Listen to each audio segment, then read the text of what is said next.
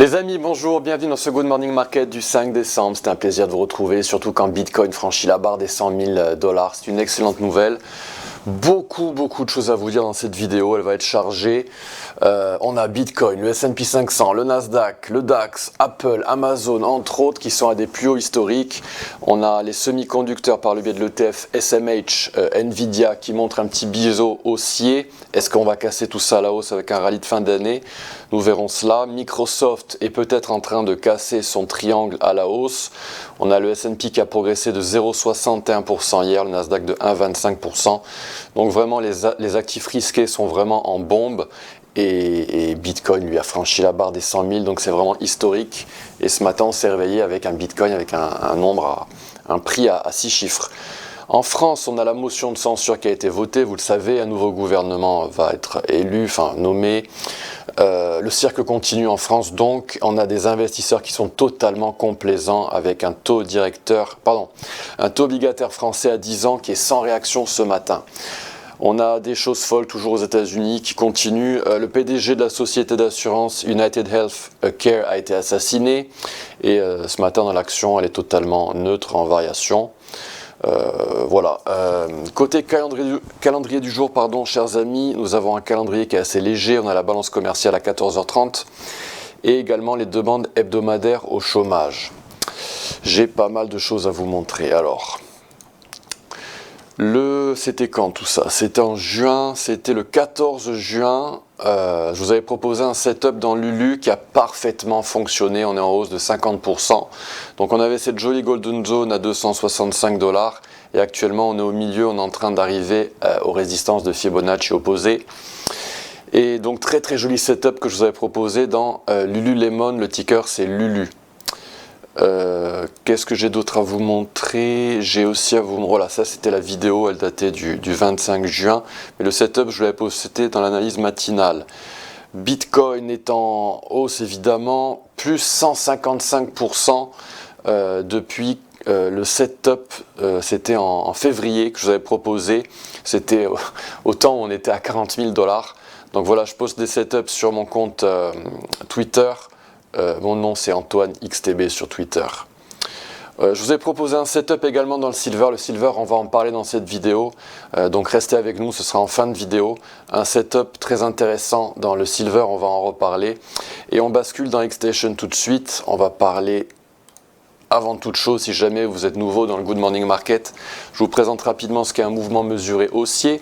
C'est une correction qui est achetée au retracement des 50% et au retracement des 61,8%.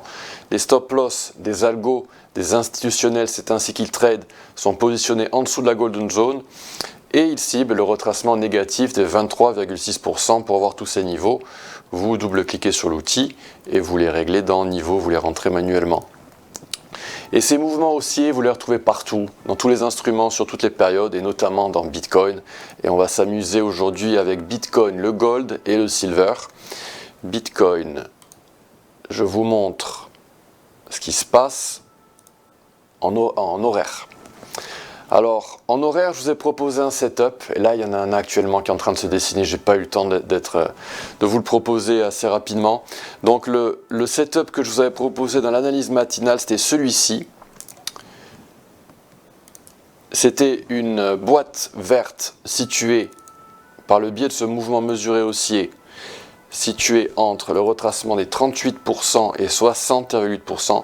Donc c'était grosso modo entre 94 700 et 93 000 $, pour une cible à 99 000 $ environ. On est venu dans la boîte verte, on a rebondi et on a frôlé la cible. On n'a pas voulu y aller. On va vous mettre ça en plein écran pour que vous le voyez. On a frôlé la cible et on a rejeté à la baisse. Et cet ancrage est resté intact. Mais par la suite, il y a d'autres algos qui ont tradé ce mouvement mesuré-ci avec une boîte verte. Je vais vous étendre le rayon. Avec une boîte verte comprise entre 94 600 $ et 93 650 $. On est venu à la golden zone pile poil et là on a explosé à la hausse après un petit mouvement mesuré supplémentaire en 15 minutes et on a tout éclaté à la hausse, on a cassé ce triangle à la hausse. Et actuellement, dans Bitcoin, on est en train de réagir à la hausse. Pourquoi? Parce qu'on a une extension de Fibonacci. Ça, c'est un concept que je vous présenterai pour la Noël. Et on a cette extension qui est en train de fonctionner dans Bitcoin avec un support qui a été touché entre 101 115 et 100 994, boîte verte, on monte. Et là, on est en train de cibler les 104 000 $. Alors là, je vous ai montré ce qui s'est passé en horaire parce qu'on est un peu dans l'urgence. Voilà, c'est des setups qui sont en train de se matérialiser. Donc celui-là pour l'extension avec un stop loss qui va être situé en dessous de 100 993. Et là, a priori, on est parti. Donc là, je recule. Vraiment, là on va se calmer un peu. on va basculer en daily. Et on va parler des vagues d'Elliott un petit peu. Donc là, dans les vagues d'Elliott, eh bien, on suit le plan à la lettre, hein, comme on l'a vu les semaines précédentes. On a une très jolie impulse, une dernière impulse pour compléter une structure impulsive en macro.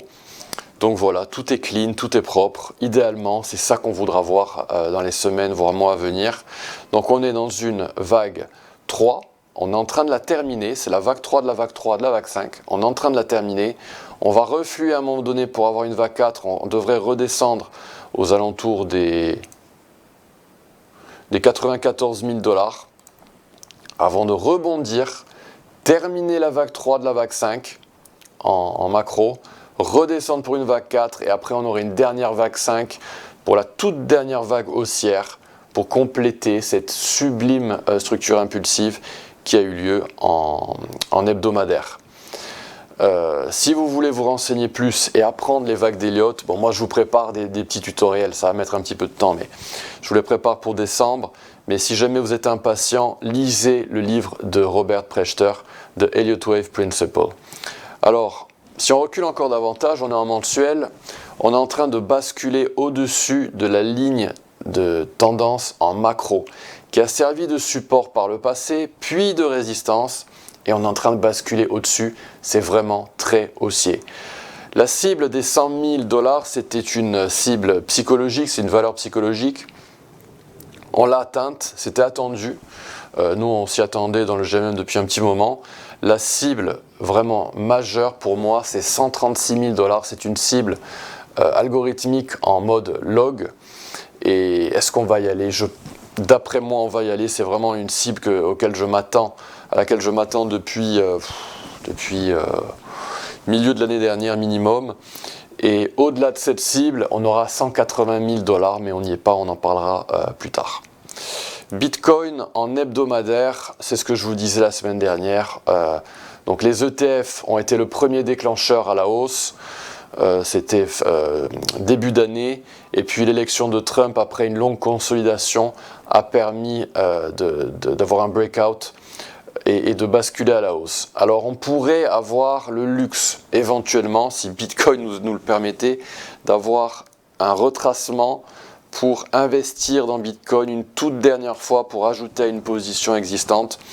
Éventuellement, on pourrait descendre à 92 000, voire 85 000 au plus bas. Ce serait vraiment un luxe. Normalement, Bitcoin, là, il part à la verticale dans sa personnalité, il ne doit pas redescendre.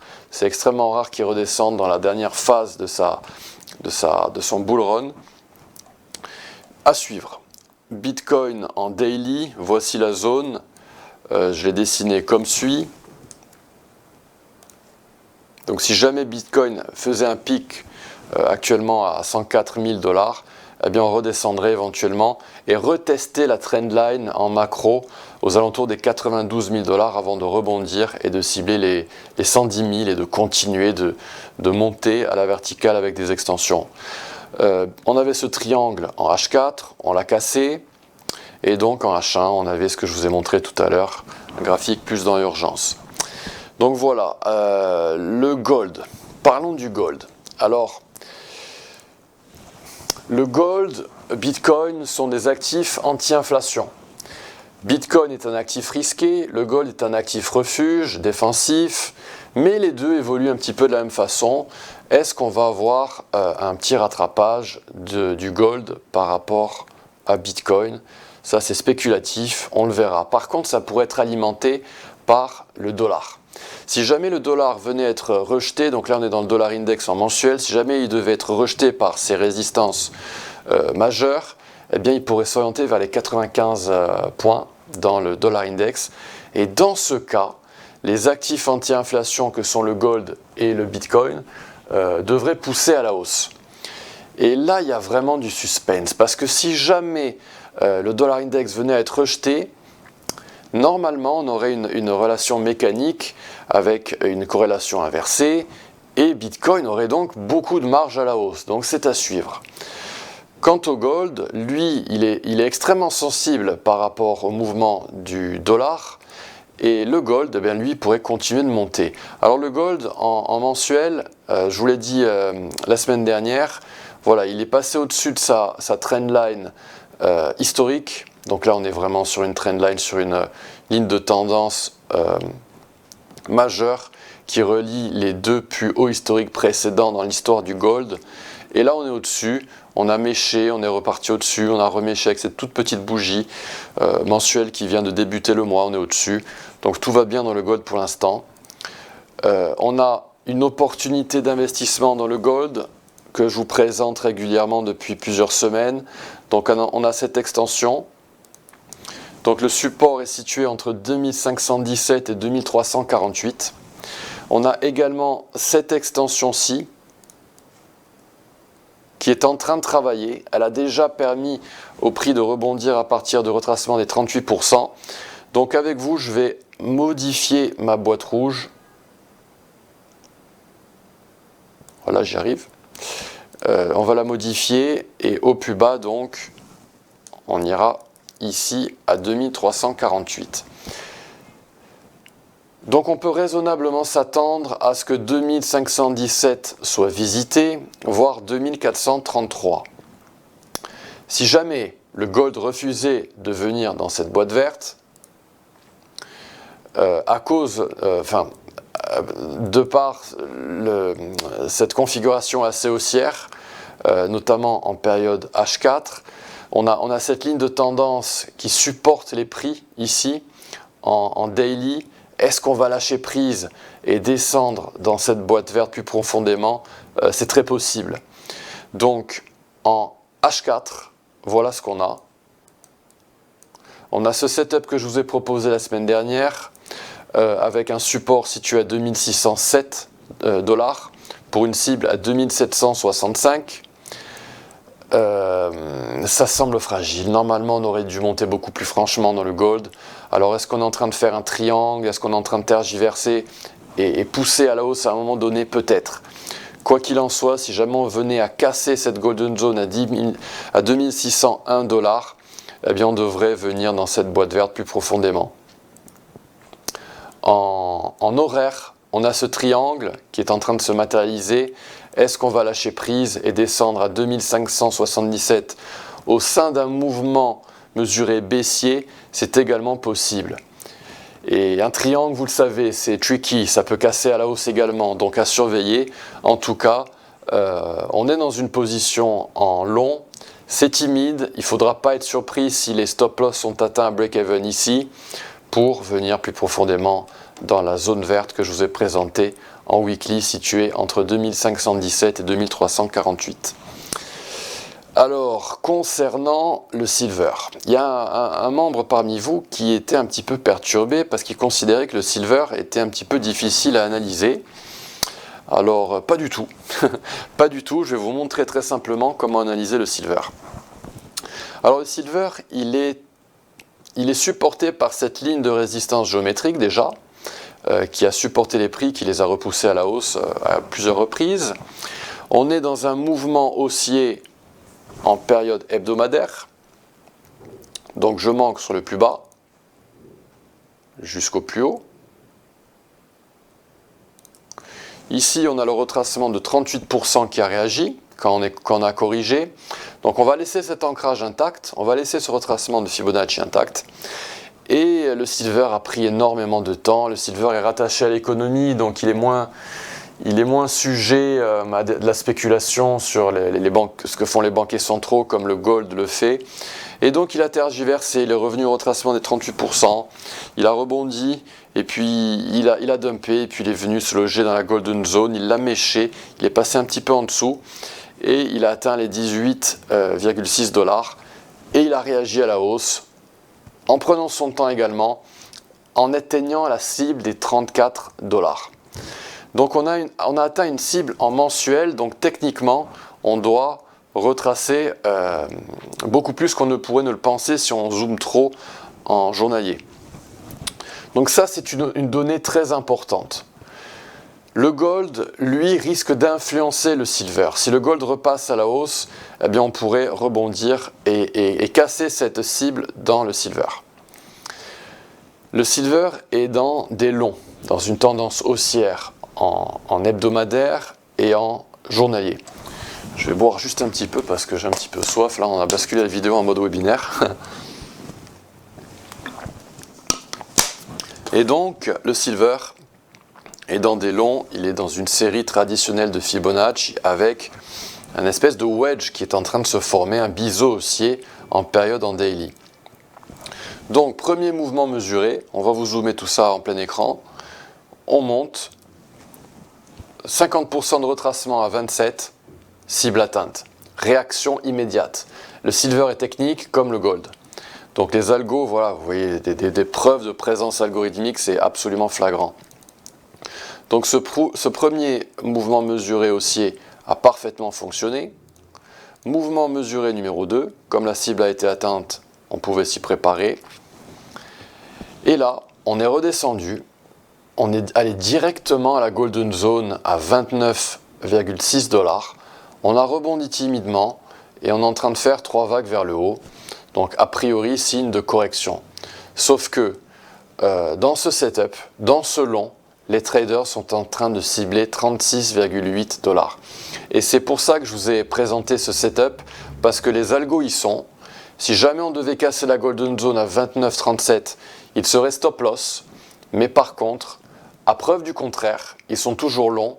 Ils tradent des mouvements mesurés en daily et la cible donc est située à 36,8 et c'est la raison donc pour laquelle je vous ai présenté ce setup. Ça représenterait donc, si on avait acheté au retracement des 50%, une hausse de 20% non négligeable. Donc voilà, setup intéressant que je vous ai proposé, c'était la semaine dernière, ou en début de semaine, je ne me souviens plus, dans le silver. Chers amis, c'est tout pour aujourd'hui. J'espère que cette vidéo vous a plu. Si elle vous a plu, merci de la liker, merci de la partager avec des amis qui en auraient besoin. Merci de nous suivre sur les réseaux sociaux, de me suivre. Vous pouvez me trouver très facilement sur tous les réseaux sociaux sous le nom d'Antoine XTB. Très très belle journée qui s'annonce, hein. Un Bitcoin au-dessus des 100 000 $, ça fait plaisir. Je vous souhaite une très très belle journée à tous et à toutes. À bientôt, au revoir.